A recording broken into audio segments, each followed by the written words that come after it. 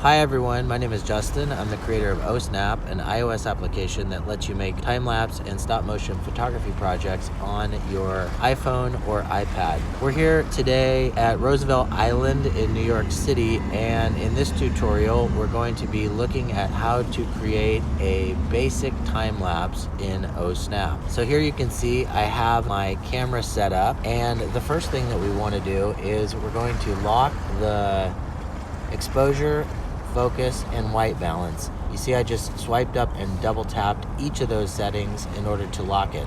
I'm in OSnap Pro 2 right now. If you're in any of the other versions of OSnap, you'll use the padlock icons in the lower right in order to lock the exposure, the white balance, and focus.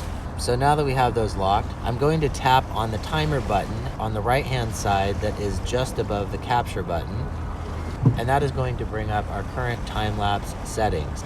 Right now I could just tap the start timer button and the time-lapse shoot would begin. However, we're going to look at some of the settings and adjustments that you can make. So here we are in the time-lapse settings, and we're just gonna go down each of these one by one. So the first item that you'll see here is timer interval. If I just tap in here, this is the timer interval that the camera will snap photos at. Right now it's set to 3 seconds. I'm gonna change it to snap a photo every 1 second. The faster you snap photos, the more flexibility you have in the final time lapse when adjusting the frame rate, and the only trade-off is that obviously more photos are going to take up more space on your device. The next item is delayed start. This will allow you to add a delay to the beginning of the shoot so that if you need any additional prep time, it will give you a little time before the camera actually starts shooting. For now, we're not going to use that. The next item is the total frames in the time lapse. For this time lapse, we're going to limit the total frames to 3,600. And you can see that gives us a shoot duration of 1 hour because we're shooting 1 frame every second.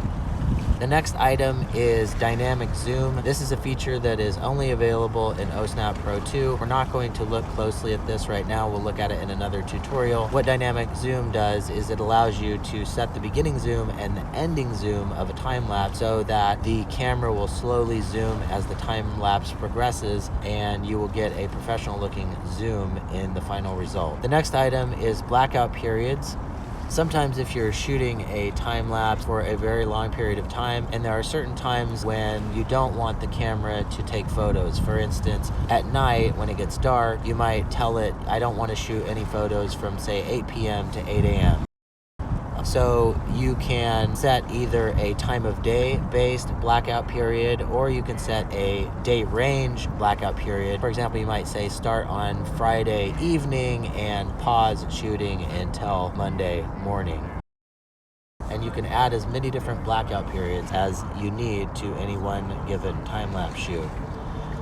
The last item is darken screen to save battery, and you can use that in order to conserve battery on your device. Long time lapses take up a lot of battery, so it really pays to try to conserve as much as possible, and by dimming the screen during the shoot, you can really save a lot of battery. We're not going to use it for this particular shoot, but it's good to know that it's there. So now that I've made adjustments, I'm ready to start the time lapse. I'm just gonna tap the close button in the lower left. I'm gonna check and make sure everything is still locked. And I'm going to again tap the timer button, and I'm going to then tap start timer. Okay? So now you can see that it's beginning to shoot photos, and it will shoot photos for an hour, essentially until it gets to frame 3,600, and then it will automatically stop.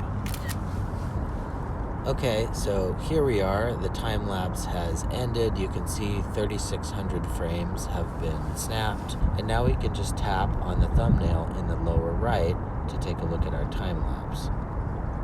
Here we are on the playback screen, and I'm just going to tap the play button so we can have a look at the final result. And there you have it. You can see the clouds moving across the sky. You can see the traffic in the distance moving up and down FDR Drive, which runs along the east side of Manhattan. So there you have it, a basic time-lapse project, and that is the end of this tutorial. Thanks everybody for watching. Thanks everyone for watching. If you'd like to see more tutorials, leave us your thoughts in the comments, or you can email us at osnap@osnapphotoapp.com.